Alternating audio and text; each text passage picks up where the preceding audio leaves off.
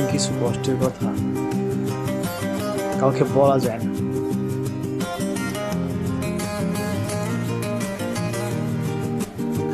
আমি না কারোর সামনে হাসতে পারি না, কেন জানি ভয় লাগে। আমার হাসি দেখে তারা ভাবতে পারে আমি অনেক সুখে আছি, কারণ তারা আমার পিছনে ক্ষতি করতে পারে। এই জন্য আমি কারোর সামনে হাসতে পারি না। যারা সুখের ভাগ নিতে চাও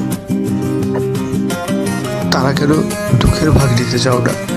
নীরবতায় আমার জীবনকে সঁপে দিয়েছি। যেখানে সবাই সুখী হতে চায় সেখানে আমি একা সুখী হতে পারবো না।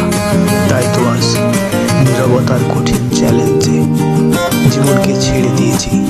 জানি না এর শেষ কোথায়।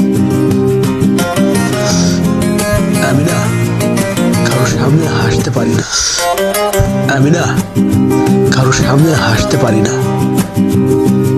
কেন জানি ভয় লাগে। আমার হাসি দেখে তারা ভাবতে পারে আমি অনেক সুখে আছি, কারণ তারা আমার পিছনে ক্ষতি করতে পারে।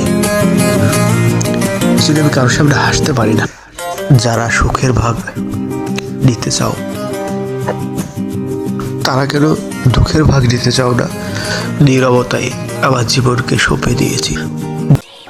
এমন কিছু কষ্টের কথা কাউকে বলা যায় না।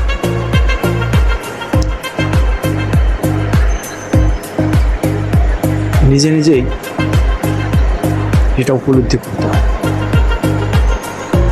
এমনকি এক পর্যায়ে সেটা এত তীব্রতা হয়, এত যন্ত্রণা হয়, কাউকে বোঝানো যায় না।